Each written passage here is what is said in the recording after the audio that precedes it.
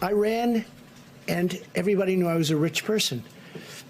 I built a great company. And then they had, oh, but he'll never put in his financials because maybe he's not as rich as people think. Not that it matters, but I'm much richer. I don't need anybody's money. It's nice. I don't need anybody's money. I'm using my own money. I'm not using the lobbyists. I'm not using donors. I don't care. I'm really rich. The idea that Trump is a billionaire was the original big lie. In fact, it helped make him president. Well, surprise, surprise, it turns out he's not as rich as he claimed to be.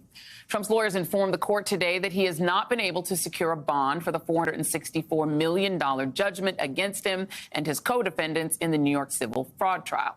His lawyers now say that getting a bond in the full amount is a, quote, practical impossibility after reaching out to some 30 companies. They say that that's because most companies will not accept his properties as collateral and instead are looking for cash to cover the bond. The clock is ticking for Trump with only 1 week left to post the bond, or New York Attorney General Letitia James can start seizing his assets, which she said she's ready to do. And this is the inherent problem with a man running for president who's increasingly desperate for money, because who knows what he might do to find it, from potentially looting the RNC, thanks to his newly installed loyalists, including his daughter-in-law, to getting help from some of his foreign dictator friends, to launching fresh rounds of disinformation to bamboozle his way back into the White House. Joining me now is Barbara McQuade, former U.S. attorney, professor at the University of Michigan Law School, and author of the New York Times bestselling new book, Attack from Within, How Disinformation is Sabotaging America. First off, congratulations, Barb, on the new book. Very exciting and very important.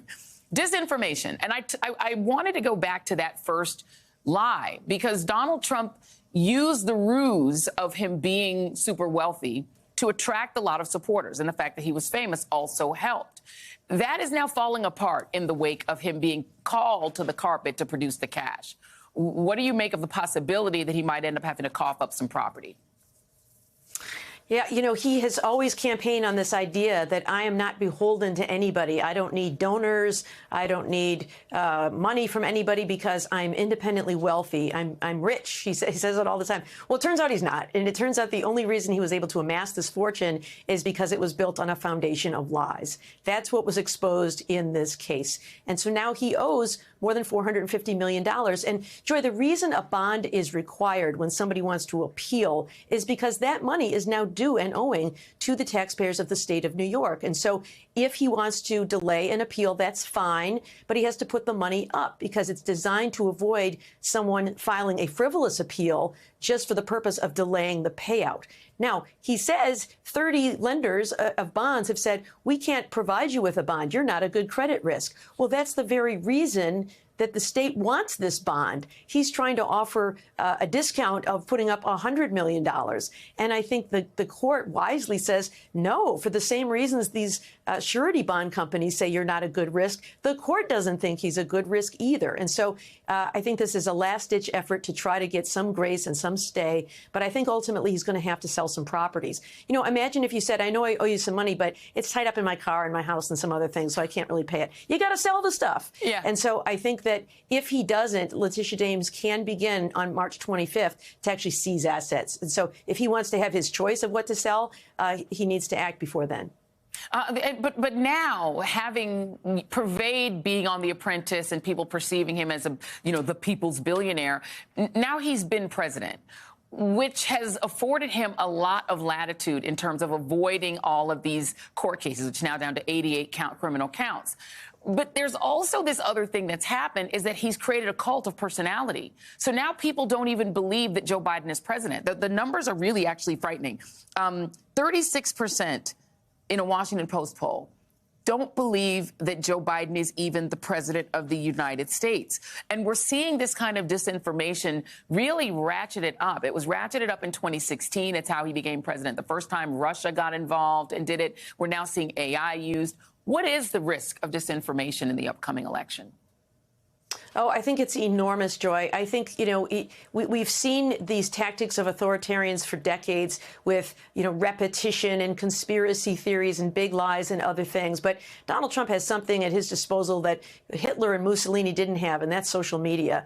Truth Social artificial intelligence. And so I think we are going to be bombarded with all kinds of false claims. You know, the normalizing of violence by talking about bloodbaths, revisionist history by talking about January 6th attackers as hostages. And I worry about even other things.